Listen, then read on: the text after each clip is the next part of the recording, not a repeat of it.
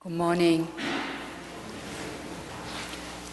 We are studying Ilwan-sang vow because we chant every Saturday here. I'm the kind of person that if I don't understand, I don't want to do it. That's why we are studying Ilwan-sang vow. Last Sunday, I talked about that Ilwan is the realm of samadhi, beyond all words and speech. So you can look at that Ilwan-sang vow now that if you think Ilwan-sang as your own Buddha nature, symbol of your Buddha nature or symbol of your inner beauty, don't try to understand by word or speech or thinking. Just feel it, be one with it. So samadhi means it's beyond dualistic thinking. So in meditation, we enter the samadhi. So we become one with our own Buddha nature. We become our inner beauty. We become our intrinsic goodness. Now today, second line, Ilwan is the gateway of birth and death, transcending being and non-being. In our world, everything appears means birth into kind of form, and everything also disappear as a non-being, as death. Very simple example of the tree outside. In wintertime, they dropped all the leaf. So leaf was gone, death. So leaf become non-being now, but in a few months, when we have a spring, the leaf coming out of the bare trees, and they grow and grow. So coming out of it is taking birth into being. Not only tree, everything in the universe is like that, constantly changing it. Being into non-being, and non-being into being again. So because of that, it's transcending, the transcendental nature of all beings on earth. So Ilwan is the gateway of birth and death, transcending being and non-being. Since it's constantly changing into being, into non-being, non-being into being, we cannot say this is a being or non-being. And third, Ilwan is the origin of a universe, parents, living beings, and laws. This is talking about the fundamental truth of Buddhism, especially in won-buddhism. Buddhist understanding is everything in the universe, everyone, everything, every being in the universe are interdependent and interconnected. So very simply, air, water, sunlight, moonlight, stars, everything, trees, even all things are interconnected. Without them, we cannot live here. And when we were a baby, or even without parents, we would not be here. Parents brought us to this earth and nourished us when we are really baby. And they nurture us. If not our personal parent, somebody in our lives is parenting it. And third category is living beings. All living beings helping each other, intentionally or unintentionally.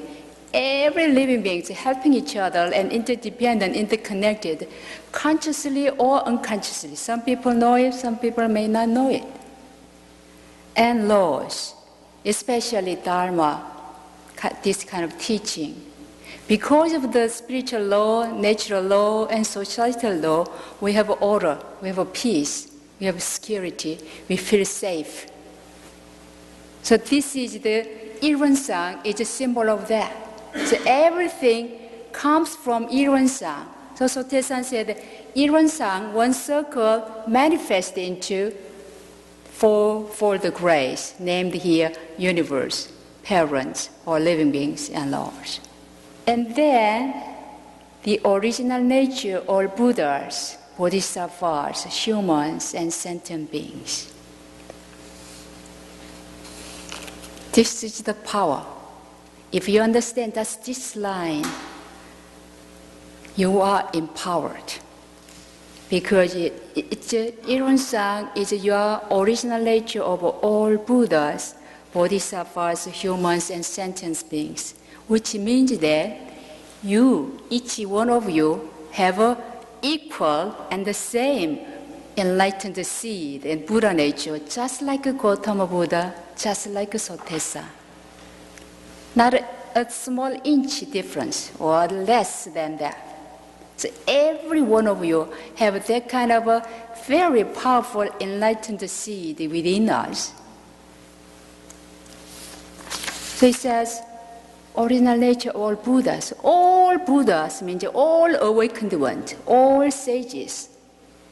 And we have equal and same enlightened seed of Buddha nature within us, and all bodhisattvas and humans and sentient beings, even sentient beings. It's just a matter of how much you cultivate it. It depends on how much you cultivate, how much you develop, how much psychologically, emotionally you are developing and cultivating. It depends on just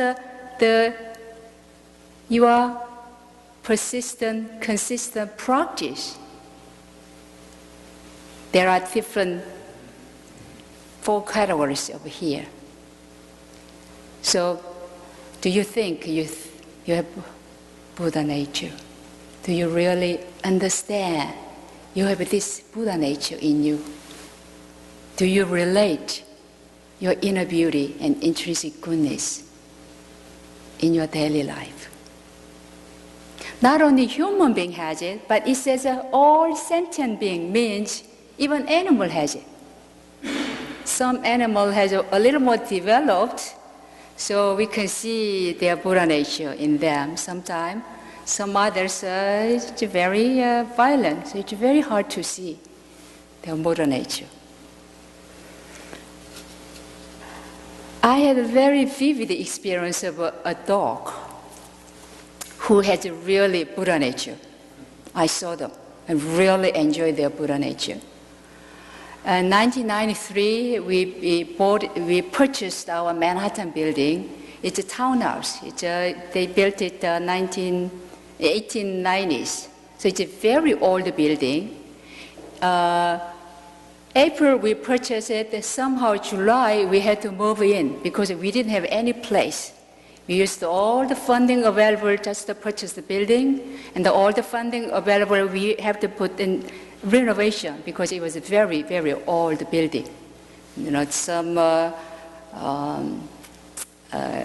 electric line was very bad, and plumbing line was so bad, and we have to change the column and so forth. So in the middle of this chaotic renovation, I was living in the building. So there was big concern about asbestos, and I didn't know at that time that there is a aspergillus kind of fungus living in the dust. And I got them. I was allergic to many things. So if healthy people, the fungus coming in, they go out when you breathe out. But in my case, because of allergic condition, when they come in, they love the allergic condition of my sinus, they stick it and they grew. I didn't know about it. And then one day, 2003, about 9 or 10 years later, my left hand side was paralyzing. I couldn't hold anything in my left hand. I just drop it. My leg was I didn't have a balance. So I went to see the doctor, and they think it's something wrong with your brain. We have to take an MRI on your brain. When he took an MRI, my right hemisphere of my brain was filled with fungus. So I didn't have insurance here. I went to Korea, had the surgery. And then in Korea, they didn't know this kind of fungus problem in Manhattan. Especially, I learned later that all the building patients got this fungus problem. And then if they got this Aspergillus fungus, many people died. It's killing human beings. You think about it, small fungus can come into your body and can kill human beings. And Korean doctor who did the surgery told me that you have such a lot of black fungus in your sinus. So I asked, what is it? It's Aspergillus. I never heard of it. So I asked him, write it down. When I returned to the United States, at least I want to know what was it. So I took it.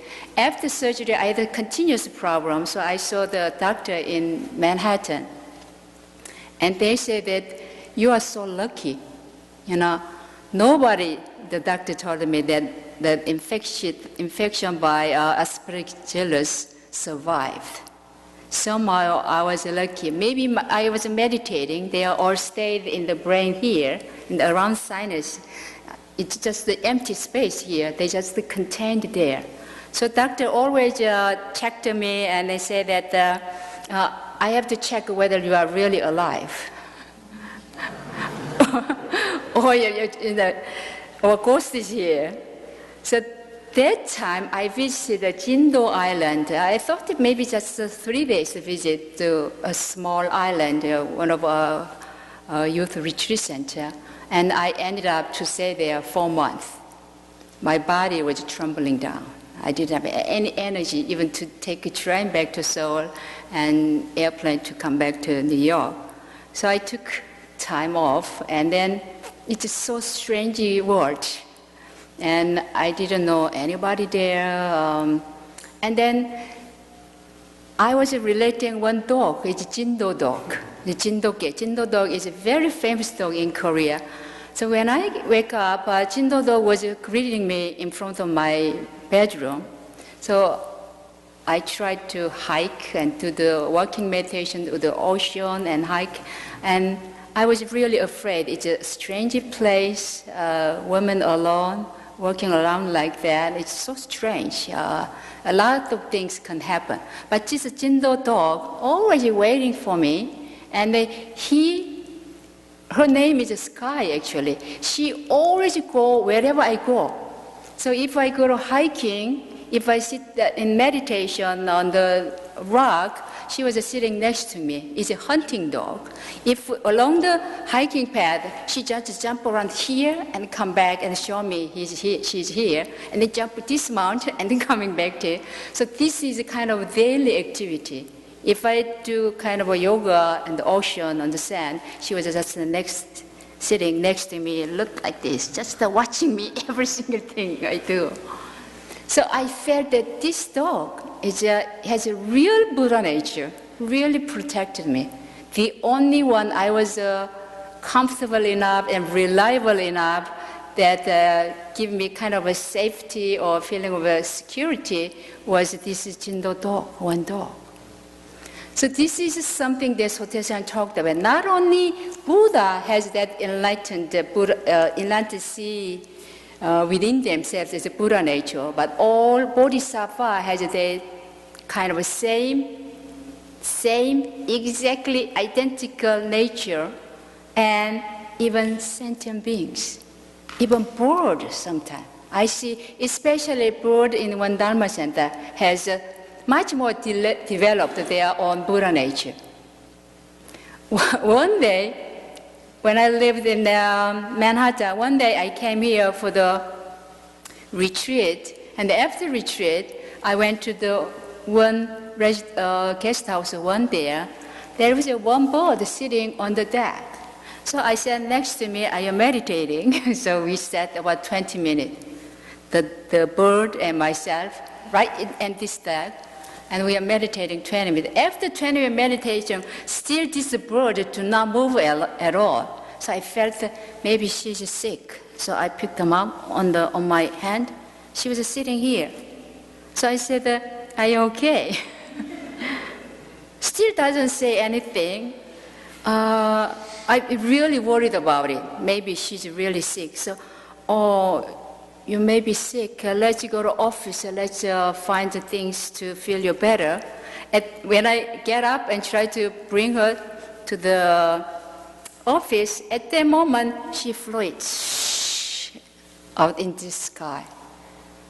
So see even bird, even dog has that kind of Buddha nature. That as a human being, as a highly developed human being who has a highest developed intellect, and that intellectual capacity can understand things. So the key teaching of this phrase is that we all have a Buddha nature. Don't ever forget that, especially when you have a challenging time, especially you have a difficulty, and make sure you see, circle, Iran-san, and recognize your inner beauty.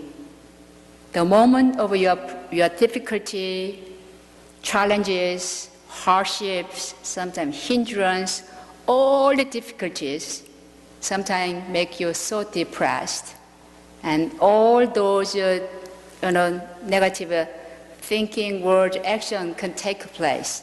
But that is the real moment to look at the Iran-san and remember of your Buddha nature, remember of your inner beauty, remember of your inborn wisdom, remember of your real compassion, loving kindness within your own mind. So just that's the thick cloud of greed, anger, hatred, delusion cover you up, make you depressed, make you angry, make you really greedy. But underneath that thick cloud, you have this kind of so powerful, beautiful nature. And we call it enlightened seed in each and every one. So if you look at this, Iran-san appeared into fourfold grace. I always try to use this symbol as one that if you believe in God, and how do you feel love of God in your life? I said, God appeared in the universe, or the nature, sun, right? Or this is God's manifestation. God loved you, that's why they provide that. And parents, God's love through parents, and God's love through all living beings, and God's love through the law and teachings. In one Buddhist understanding, everyone has this potential Buddha nature within themselves. That's why you are potential Buddhas. From now on, treat yourself as a potential Buddha. Nourish your Buddha within. Nurture your Buddha nature, and appreciate it, that you finally make a journey home to see our own Buddha nature and see them as a living Buddha, including troublemakers in your life. There are so many different kinds of Buddha in our lives, right? So many different kinds of potential Buddhas in our lives. While Sotaesan was living in Korea, he was really at that time writing his teachings, writing scriptures. And one day, elderly couple passing, and they were talking about how they suffer from kind of evil kind of daughter-in-law, making all the trouble at home. So they are going to the temple to make offering to Buddha, to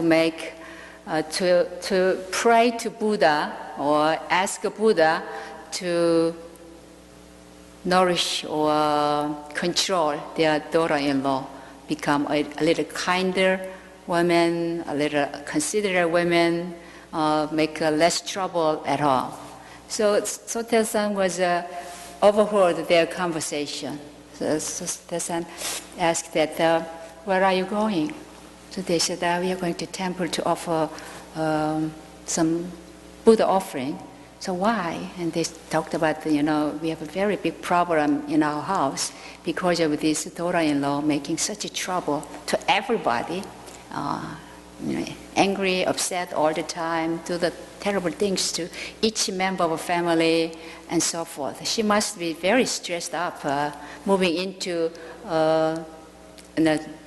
somebody else's house, and they'll try to make a relationship with in-laws. So in-laws problem a lot happening in Korea. I don't know here, maybe you are much more advanced way of dealing with your in-laws here, and daughter-in-law or son-in-law. You embrace them, they're your own child. But in Korea, they have to live together in extended family. So a young woman married a man, maybe it's arranged marriage at that time. They didn't even know the man's face, but somehow parents arranged it, that a woman moved into a strange house, and there is a grandmother, grandfather, a lot of aunties, a lot of uncles, and sister-in-laws and brother-in-laws. They make a lot of trouble because she's different. She doesn't know this family tradition. She cooks something different from their mother's cook, and so they all talk about all strange things. So she must be so stressed up, be very angry. So they just pointing and expressing her anger to every member of their family. So Sotaesan listening that story and suggests that why don't you turn your offering to your daughter-in-law? And he said, why don't you really make offering to living Buddha in your house? And living Buddha, they say, where is the living Buddha? I want to see the living Buddha. I want to meet the living Buddha. Where is the living Buddha? So Sotaesan said that someone in your house, addressing someone in your house, need a lot of your offering, a lot of your prayer, a lot of your caring. And they were so surprised that. And who is in my family a living Buddha? And so Sotaesan said that your daughter-in-law is a living Buddha. So why don't you use the money you try to offer in the temple to the Buddha, use their money. So this is, how can I really treat our living Buddha, our daughter-in-law at home, turn into a good daughter-in-law? So Sotaesan suggests that they use their money, go to a shop, buy something she likes, buy something she really like to wear, like to have, or like to eat. So with the doubt in their mind, but they tried because Sotaesan looks like so wise person and radiating light. So this elderly couple, instead of going to temple, they turn around and going back to the shopping mall and bought something she liked, something she can eat, something she can wear, some little jewelry. So they went back to home and talked to the daughter-in-law. We thought you would like this one, so gave all the gifts to her. And then instead of yelling her, but she's just using so calming, as if they are talking to real Buddha, real living Buddha, with a very gentle voice and kind smile. And they talk to their daughter-in-law that I thought you would like this food, and we bought it, tried, might be candy or whatever, and then a little gift. And then giving the gift itself is the daughter-in-law's mind, anger or hatred, all those are melting away. So within 3 months, they became good friends, good family members. And daughter-in-law is not troublemaker anymore, become very adorable woman in the family. She cooked for whole family, she did the laundry for whole family. Whole family turned into the appreciation and gratitude and thanking their living Buddha at home. So a few months later, this couple came back to Sotaesan and describe what they did and what happened to this daughter-in-law. So Sotaesan said that is today's offering. That is in 21st century, in modern day life, a lot of hectic things can happen. In-law problem with the boss, problem with the co-workers, problem with our children, sometimes problem with our sibling or problem with our spouse, sometimes problem with our parents too. So when you encounter that kind of problem, see that person as a living Buddha and offer things as if you are respecting and talking to Buddha, Gautama Buddha or Sotaesan.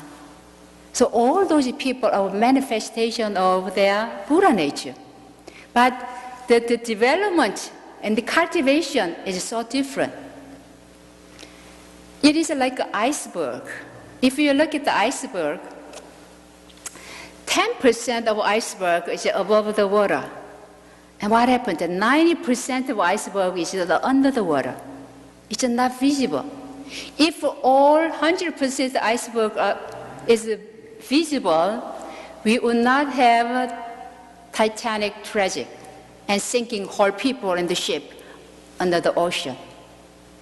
When they see this iceberg, small iceberg, it was too late to turn.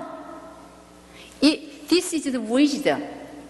If you are a meditator, if you practice meditation and mindfulness, when you see the tip of ice, you see the 100% of iceberg and prevent the tragic events in your life.